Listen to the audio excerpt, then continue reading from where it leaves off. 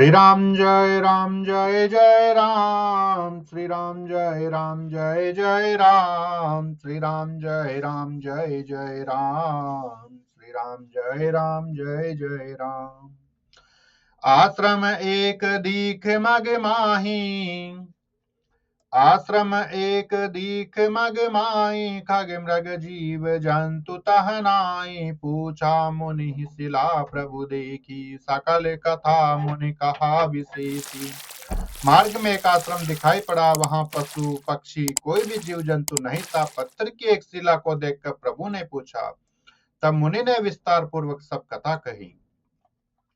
गौतम नारी श्राप बस उपल देह धरि धीर, चरण कमल रज चाहती, कृपा करऊं रघुबीर सियापति राम जय जय राम। अवधपति राम जय जय राम। मंगल भवन अमंगल हारी, द्रवम सुदशरथ अजिर बिहारी। गौतम मुनि की स्त्री अहल्या सापवश पत्थर की देह धारण किए बड़े धीरज से आपके चरण कमलों की धूलि चाहती है। हे रघुवीर, इस पर कृपा कीजिए। पर सत पद पावन, शोक न सावन, प्रगट भई तप पुंज सही। देखत रघुनायक जन सुखदायक, सन्मुख होई कर जोरी रही। अति प्रेम अधीरा पुलक शरीरा, मुख नहीं आवई बचन कहीं। अतिशय बड़े भागी चरनी लागी, जुगल नयन जल धार बही। श्री रामचंद्र जी भगवान के पवित्र ओशों को नाश करने वाले चरणों का स्पर्श पाते सचमुच वह तपोमूर्ति अहल्या प्रकट हो गई। भक्तों को सुख देने वाले श्री रघुनाथ जी को देखकर वह हाथ जोड़कर सामने खड़ी रही। अत्यंत प्रेम के कारण वह अधीर हो गई, उसका शरीर पुलकित हो उठा। मुख से वचन कहने में नहीं आते थे। वह अत्यंत बड़भागिनी अहल्या प्रभु के चरणों से लिपट गई और उसके दोनों नेत्रों से जल प्रेम और आनंद के आंसुओं की धारा बहने लगी। धीरजु मन किन्हा, प्रभु कहूँ चिन्हा, रघुपति कृपा भगति पाई। अति निर्मल बानी, स्तुति ठानी, ज्ञान गम्य जय रघुराई। मैं नारी अपावन, प्रभु जग पावन, रावण रिपुजन सुखदाई।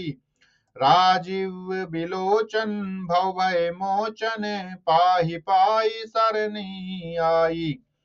फिर उसने मन में धीरज धरकर प्रभु को पहचाना और श्री रघुनाथ जी की कृपा से भक्ति प्राप्त की। तब अत्यंत निर्मल वाणी से उसने इस प्रकार स्तुति प्रारंभ की कि हे ज्ञान से जानने योग्य श्री रघुनाथ जी, आपकी जय हो। मैं सहज ही अपवित्र स्त्री हूँ, और हे प्रभु, आप जगत को पवित्र करने वाले, भक्तों को सुख देने वाले और रावण के शत्रु हैं। कमल नयन है, संसार जन्म मृत्यु के भय से छुड़ाने वाले, मैं आपकी शरण आई हूँ। मेरी रक्षा कीजिए, मेरी रक्षा कीजिए, रक्षा कीजिए।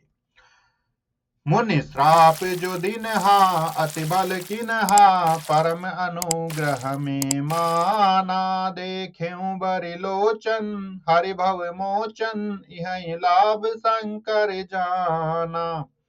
बिनती प्रभु मोरी, मैं मति भोरी, नाथ न मांगऊ बर आना। पद कमल परागा, रस अनुरागा, मम मन मधुप करे पाना।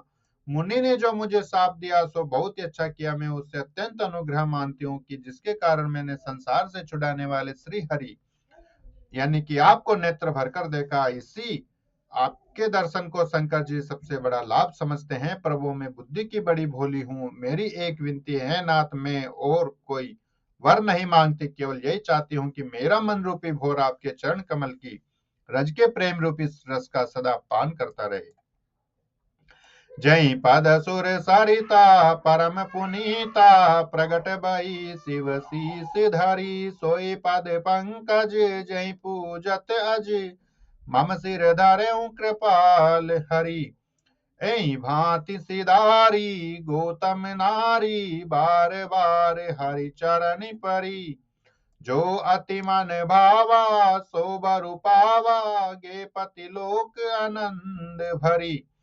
जिन चरणों से परम पवित्र देव नदी गंगा जी प्रकट हुई, जिन्हें शिव जी ने सिर पर धारण किया और जिन चरण कमलों को ब्रह्मा जी पूजते हैं, कृपालु हरि आपने उन्हीं को मेरे सिर पर रखा। इस प्रकार स्तुति करते हुए बार बार भगवान के चरणों में गिरकर जो मन को बहुत ही अच्छा लगा, उस वर को पाकर गौतम की स्त्री हल्या आनंद में भरी हुई पति लोक को चली गई।